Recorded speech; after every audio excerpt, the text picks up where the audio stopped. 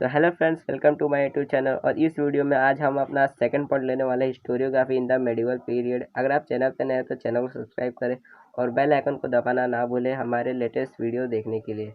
तो वीडियो को स्टार्ट करते हैं। तो हम सारे पॉइंट्स एक एक करके लेंगे और फिर उसका मतलब आपको समझाएंगे। तो पहले मैं अपना ये पहला पॉइंट पूरा पढ़ लेता हूँ और फिर आपको समझा देता हूँ। तो हमारा पहला पॉइंट है the style of writing Rajatarangini, The history of Kashmir by Kalhana in the 12th century Christian era is called close to the concept of modern historiography. Kalhana himself said that he wrote his text after critically examining various sources like inscription, coin, remains of ancient monument, dynastic record and local tradition. तो इसका साफ मतलब ये है कि एक किताब है राज तरांगिनी जिसके राइटर है कल्हाना, और ये हिस्ट्री ऑफ कश्मीर के ऊपर बेस है और ये 12th सेंचुरी में लिखा गया था। और इसका जो कॉन्सेप्ट था ये मॉडर्न हिस्टोरियोग्राफी के कॉन्सेप्ट के एकदम क्लोज था। और कल्हाना ने ये कहा कि जो उन्होंने लिखा है, टेक्स्ट दिया है, लिखा है उन्होंने, वो आफ्टर क्रिटिकली एग्जामिन करने के बाद ही जो भी सोर्सेस उन्हें मिली थी या थी उनके पास, उन सबको क्रिटिकली एग्जामिन करने के बाद ही उन्होंने अपना ये जो भी उन्होंने टेक्स्ट लिखा है वो लिखा था।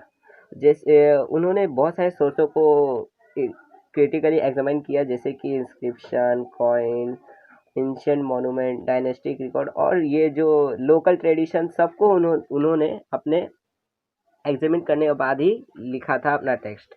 तो कल्हाने का मतलब ये पहला पॉइंट हमारा इतना ही है। तब हम अपना आगे का देखते हैं। तो सेकंड पॉइंट है हमारा, सेकंड पॉइंट है इन तिरकी फिर शाही a book written by Jadin Barani. He has stated the purpose of historiography. According to him, the historian duty is not limited only to the recording of the ruler's valor and policies of welfare, but he should also write about the ruler failing and incorrect policy. Barani further said that a historian should also take into consideration the impact of the teaching of the wise, the learned, and the sant on the cultural life of people. Thus, Barani explained the scope of historiography. तो इसका साफ मतलब ये है कि, एक किताब है तुर्की फिरोज शाही किताब है ये, जिसके राइटर है जयदीन बरानी, और इन्होंने ये हिस्टोरियोग्राफी के पर्पज से ये किताब लिखा था। और इनके हिसाब से जो हिस्टोरियन का ड्यूटी है वो लिमिटेड नहीं है, नॉट लिमिटेड है। और उनका मतलब खाली हिस्टोरियनों को राजा की वेलफेयर, मतलब उनकी खाली अच्छी अच्छी चीज़ें या उनकी अच्छी पॉलिसीज़ खाली नहीं लिखनी है, उन्हें राजाओं की फेलियर भी लिखना है और इनकरेक्ट पॉलिसीज़ भी लिखनी चाहिए। मतलब खाली अच्छी अच्छी चीज़ें के बदले उनको सारी चीज़ें उनकी लिखनी चाहिए, राजाओं की, रूलर्स की। और फिर उन्होंने कहा कि जो हिस्टोरियन रहते हैं उन्हें जो लोकल कल्चरल लाइफ के ऊपर इम्पैक्ट डालते हैं, मतलब कुछ असर डालते हैं, उनके ऊपर भी लिखना चाहिए। जैसे संत लोग रहते हैं, वो हमें कुछ सिखाते हैं, संत लोग कल्चरल लाइफ के ऊपर इम्पैक्ट डालते हैं, तो वैसे लोगों के बारे में भी लिखना चाहिए। ये बरानी, जुद्दीन बरानी का कहना था। तो यही कहना था उनका। तो हमारा सेकंड पॉइंट है बाबर। बाबर का हमारा सेकंड पॉइंट है। तो पहले मैं रीड कर लेता हूँ फिर आपको बताता हूँ। और वैसे फ्रेंड्स, मैंने यहाँ पे सारे पॉइंट नहीं लिए टेक्स्ट बुक के, क्योंकि हमें पेपर में वो सब नहीं आने वाले, क्योंकि वो सब लेके कोई मतलब नहीं है। जो जो आपको पेपर में आ सकते हैं मैंने वही वही पॉइंट लिए, मेन मेन। तो अच्छे से हम समझते हैं अब। Babur, the founder of Mughal Empire, wrote an autobiography entitled Tujuke Babri. It contains the description of the battle fought by him. Babu also recorded his minute observation of various regions and cities traveled by him, including the local economic custom and the flora. तब इसका साफ मतलब ये है कि ये जो बाबर है वो फाउंडर है मुगल एम्पायर का, और इसने अपने ऊपर एक ऑटोबायोग्राफी लिखी थी, मतलब आत्मकथा लिखी थी, और उसका नाम था तुजुके बाबरी। ये उसकी किताब का नाम था। और उस किताब के अंदर उस अपनी जितनी भी बैटल उसने जीती थी वो लिखी थी। और उसने अपनी मिनट ऑब्जर्वेशन, मतलब पल पल की ऑब्जर्वेशनों को उसने उस किताब में लिख दिया था। और वो जो जो जगह पे, सिटीज, जितने जगह पे गया था वो घूमने के लिए, ट्रैवल किया था, वो सबको उस किताब में उसने लिख दिया था। जितनी भी चीज़ें उसने अपनी ज़िंदगी भर में देखी वो सब लिख दिया उसने।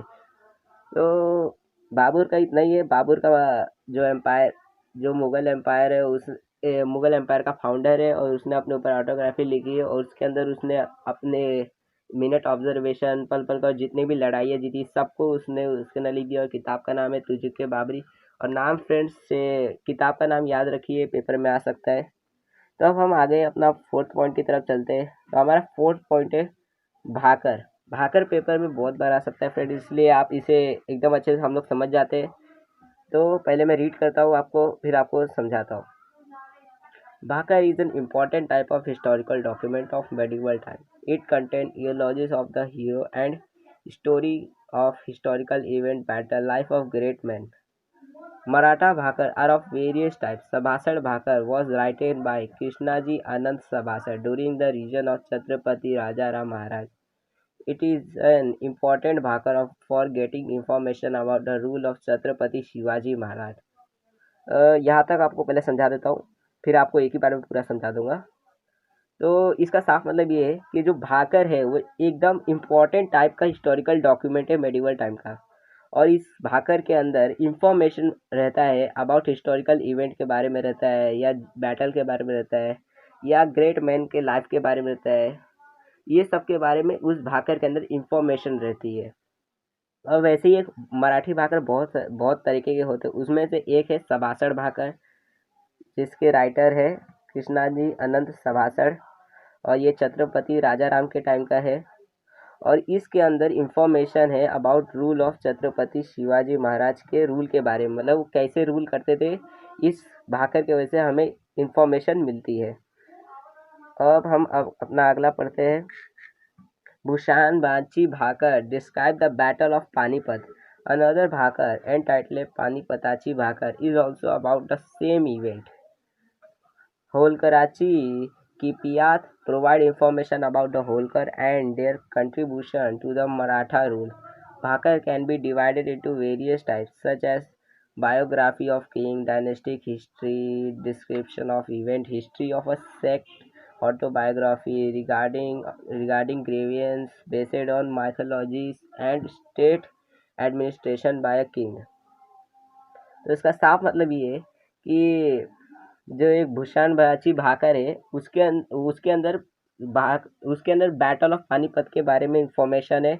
और वैसे ही एक और भाकर है पानीपताची भाकर, उसके अंदर भी वही इवेंट के ऊपर इंफॉर्मेशन उसके अंदर है। और एक और भाकर भी है होलकराची की पियात भाकर, और उसके अंदर इंफॉर्मेशन अबाउट है होलकर के रूल के बारे में, मराठा रूल के बारे में।